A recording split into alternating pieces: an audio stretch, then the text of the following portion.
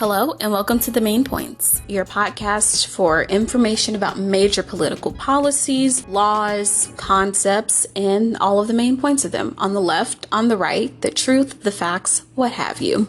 I bet you're wondering, what even is this specifically? This is a podcast where I kind of go over some events I feel like have been talked about in politics many times, but they haven't actually been explained very well, like Medicare for All, the Green New Deal. Policies that people kind of are just like, oh no, this is bad, or oh no, this is obviously a great idea, without actually explaining any of what it means. And I've noticed that causes quite a good amount of confusion, and it can be awfully misleading when you don't really know what something is, but you hear people just talking about it, yelling about it, protesting about it. So this is my way of kind of introducing some political policies and topics and hopefully offering a better explanation of them, clearing up some misconceptions, and just finding a way to keep us all informed, especially with the election coming up in November. I feel like it's really important for us all to be like, okay, let me look through all the facts of things. And hopefully this can help a few people kind of streamline everything as opposed to searching for hours like I have. So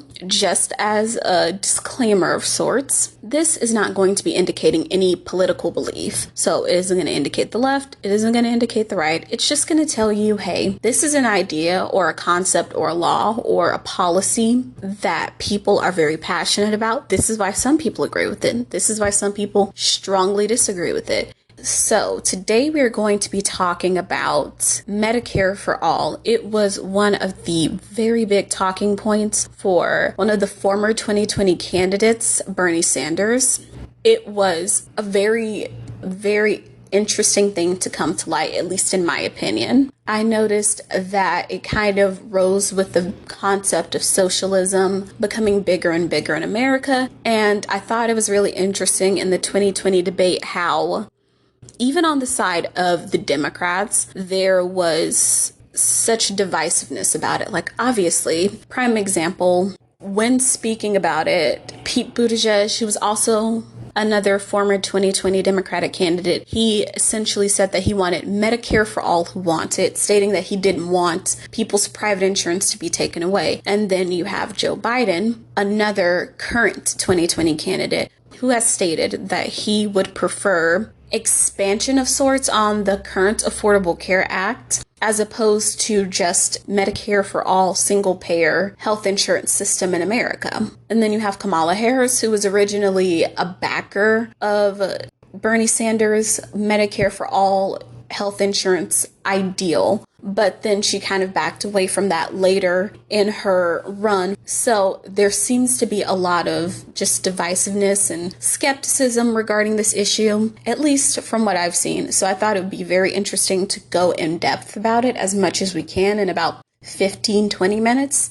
So first, let's start obviously with what exactly is Medicare for All? What exactly is a single-payer Medicare for All system? Well, single-payer healthcare is one where everyone receives comprehensive coverage regardless of their ability to pay. The government is the only entity paying for the coverage, most likely funded through taxes. This is different from universal coverage, which is when all individuals receive access to healthcare services, including preventative, emergency, and palliative care, which is a type of care where it's specialized medical care for people living with serious illnesses without it being a huge financial burden. With this type of plan, the coverage is provided by different entities as opposed to just one, which is one of the main differences I picked up on in terms of these two types of healthcare. Now, with that information, why exactly would someone want to back single-payer healthcare? Well, in America, we have a system that primarily consists of people having private insurance through an employer, and then you have people who receive some public healthcare.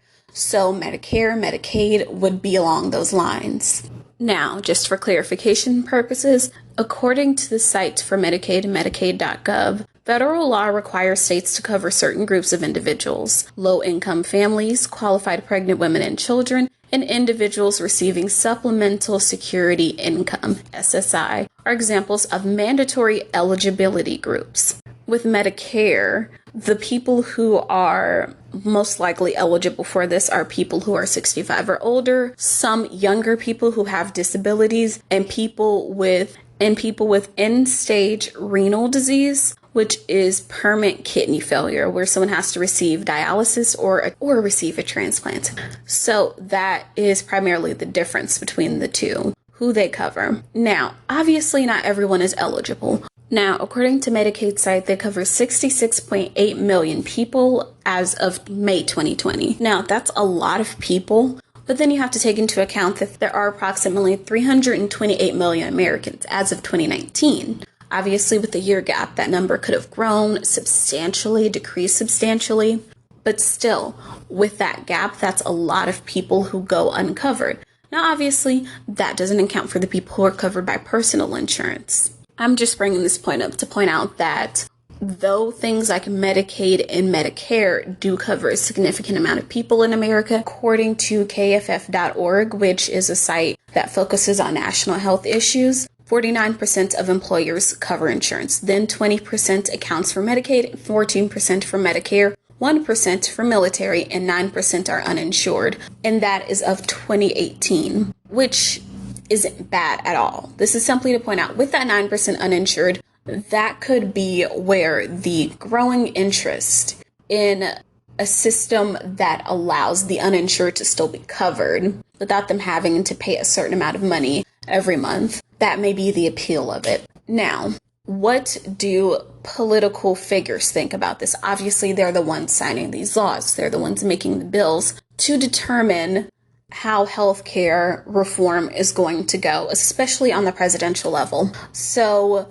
once again, Joe Biden, who's the current 2020 Democratic candidate, he stated that he wanted to expand the Affordable Care Act, but I feel like maybe a few people may not know what that is. So the primary goal of the Affordable Care Act is to make affordable health insurance available to more people, clearly, expand the Medicaid program to cover all adults with income below 138% of the federal poverty level, and support innovative medical care delivery methods designed to lower the cost of healthcare generally, all according to the healthcare.org site. So that is what he would like to expand upon, but he does not want to create a Medicare for all single-payer system. So why does Bernie Sanders push for this so hard? Well, according to his site, Bernie Sanders states, healthcare is a human right. So to him, it could be interpreted as it's quite ridiculous that so many people have to pay for living, they have to pay such a large cost for existing. To kind of counter that argument, politicians like Ted Cruz, who's the Republican senator for Texas, he came out in 2017 on his site and said that he felt that a single-payer Medicare for all system would essentially bankrupt America. He specifically stated, the problem is, just as Obamacare has proven, such promise of Medicare for all, to cover all people to make sure they're insured, are impossible to fulfill and will worsen healthcare delivery and outcomes across the country. And he points to places like Canada, Denmark, Norway as examples of places where, yes, you do have a Medicare for all system, but there are extensive wait times for surgeries. Then you have Senator John Barrasso, who is the senator for Wyoming, who came out and stated, to me, Medicare for all is going to drive up costs for Americans in terms of taxes. It's also going to take away choice, the kind of choice that people look for when I talk to them at Wyoming health fairs. The result will be less freedom, lower quality of care, and longer lines as people have to wait to get to a doctor because Washington will be controlling the doctor-patient medical decisions. And mark my words, Washington will ration care. Rationing means delays, and delays means denial of care. Now, with that obviously being said, are these politicians right? Is Ted Cruz right to say, yes, places like Canada, Norway, Denmark, Sweden are considered examples of a universal or Medicare for all system, but you have these long wait times, and this would essentially bankrupt us as a country. So is it truly worth it? Is this promise of Medicare for all worth it? Let's look at a place like Canada, which is a place that Bernie Sanders has pointed to as kind of being an example of what we could have as Americans. He even said in an interview, quote, "It was kind of mind-blowing to realize that the country 50 miles away from where I live, that people could go to the doctor whenever they wanted and not have to take out their wallets." He said, "That was a profound lesson that I learned." So with that being taken into account, why does he think that is such a good example? Well, when you look at the life expectancy in the US, which is 78.6 years old, quite a specific number, and that is from the CDC, and the life expectancy of Canada of 82 years old from the Data World Bank, you can kind of see the parallels of why someone who may be interested in Medicare for All would look at that and say, oh, well, clearly one system is significantly better. Now, as for the question of the wait times, according to an article in 2019, Canadians would have to wait 4.8 weeks for a CT scan, 9.3 weeks for an MRI, and 3.4 weeks for an ultrasound. For an orthopedic surgery, they'd have to wait 39.1 weeks. And for a specialist consultation in Quebec, they would have to wait 7.2 weeks. Now, as for the wait time for certain surgeries or procedures or even care in America, according to an article from 2018 by CNN Money, the average wait time for an orthopedic surgery, depending on where you live in America, could be anywhere from about 5 days to about 18 days. For an OBGYN in a place like LA, it could be 8 days. Now, for a place like Boston, the wait time to see an OBGYN could be 46 days. And for a place like Dallas, which is here in Texas, it could take up to 10 days. So obviously, even factoring for the gap in the years, that was in 2018. This is in 2019. The statistics for Canada's wait times, that's still a pretty decent difference. So let's say you're getting orthopedic surgery in Canada. It could be about half a year wait time as opposed to in the US, which according to these statistics from 2018 could be anywhere from some days to a few weeks. So obviously that is a substantial difference, the wait time. Now, overall, what is the quality of care? Is it really better somewhere else when it comes to the type of care and the access to care that people receive? According to healthcaresystem.org, the top healthcare quality exists in the Netherlands and Australia, and then, well, according to healthcaresystem.org, top healthcare quality exists in the Netherlands, and then you have Australia, and then you have Sweden. Now, with all of that being said, I do think it's important to say that the Netherlands, Australia, and Sweden, all three of those places have some form of universal or publicly funded healthcare. As far as I know, Australia and Sweden both offer the option for private healthcare as well. Now, the Netherlands ranks 96, Australia 95.9, Sweden 95.5, and the US 88.7. Now, I'd also think it's important to note that these numbers are from 2016, so obviously allow for there to be a bit of a gap in these numbers, but those are the numbers as of 2016. All of this being said, which is best? What is the top healthcare option? I don't know, honestly. This is a situation where it very much depends on what you believe would work best. Now, obviously, these extensive wait times could get to someone. It could cause someone to think to themselves, well, why would I want a form of healthcare that would take away my private insurance that allows me to get quicker, higher quality care as opposed to this publicly funded healthcare where I'd have to wait such a substantial amount of time to even receive basic care.